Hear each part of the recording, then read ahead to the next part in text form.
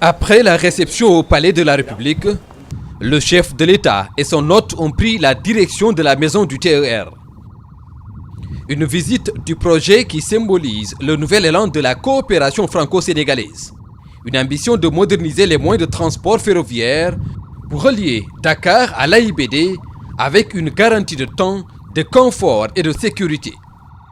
Les détails du tracé en plan du TER ainsi expliqués au président français. Et là, nous avons sur un linéaire de 600 mètres la voie définitive, écartement standard avec les ballasts du projet. Et vous allez voir l'entr'axe des deux voies, voie 1, écartement standard, la voie 2, écartement standard, et les 4 voies de quai parce qu'on est à la gare. Mais sur le tracé de la section courante, en plus des écartements et d'évitements, nous n'aurons que 2 voies circulables, écartement standard, et une voie circulable en écartement métrique. Un projet important de 57 km de linéaire, 14 gares intermédiaires, dont 3 multimodales. De la conception à la réalisation du point zéro géotechnique de la plateforme, les explications ont permis d'avoir une idée de l'état d'avancement des travaux. Un projet innovant qui séduit le président Emmanuel Macron. Le projet du TER va changer la vie de millions de personnes à Dakar. Il va désengorger la ville. C'est des heures de gagner chaque jour. C'est une meilleure qualité de vie. La France est là. L'histoire du chemin de fer en Afrique de l'Ouest avec la ligne Dakar-Niger intéresse le président Macron. Aussi, la gare multimodale de Dakar, témoin de l'évolution du système ferroviaire, va garder toute son authenticité. Après la maison du TER, les présidents sénégalais et français se sont rendus à Hann Bel-Air.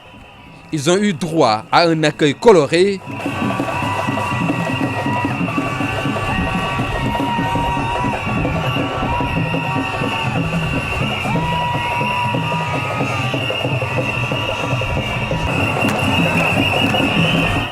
Une forte ambiance qui témoigne de la fierté des populations à recevoir le président Sall et son hôte.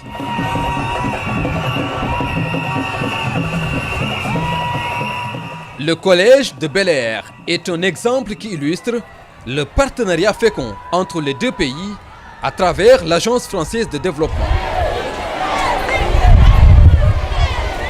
Il s'agit de la construction et de la réhabilitation de 17 collèges d'enseignement moyen.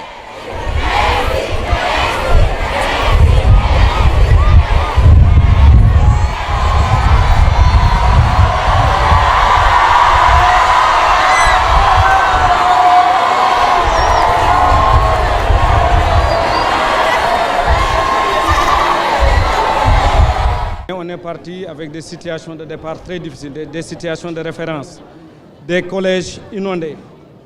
C'est la situation de départ. Et voilà la situation d'arrivée où on a réglé d'abord les problèmes d'assainissement, les problèmes d'environnement. Un programme original de par la conception architecturale des différents sites. Les collèges sont orientés vers l'enseignement des sciences. Ici, la théorie cède la place à la pratique. Voilà, une image qui est nette ici, ça sera visible. Vous pouvez pivoter. Okay, voilà, donc d'autres caractéristiques. Okay, et toujours ça dépend de la position de l'objet. D'intenses moments d'échange direct dans la plus grande convivialité entre autorités, enseignants et élèves. Tout se passe bien? Oui.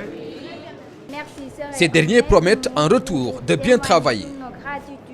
Mais comme vous l'avez très bien dit, le meilleur merci, c'est de bien travailler. À l'occasion, un accord cadre a également été signé entre les gouvernements sénégalais et français. Il est relatif aux priorités bilatérales en matière de coopération dans le secteur de l'éducation. Et la France a investi beaucoup d'argent, mais vous voyez le résultat pour moi est le plus beau, parce qu'il va permettre à des jeunes Sénégalaises, des jeunes Sénégalais d'apprendre. Et nous allons aussi former les professeurs. Donc on investit à la fois dans les bâtiments, dans la formation des maîtres, parce que là aussi ça change la vie des Sénégalaises et des Sénégalais. Ça permet de mettre les enfants, filles et garçons, à l'école ensemble dans de bonnes conditions. Donc je suis très fier de ça et c'est l'esprit de notre coopération. et les élèves du collège de Hann Bel-Air de saluer cet engagement de la France aux côtés du Sénégal et de ses autorités pour l'amélioration des conditions de vie des différentes couches de la société.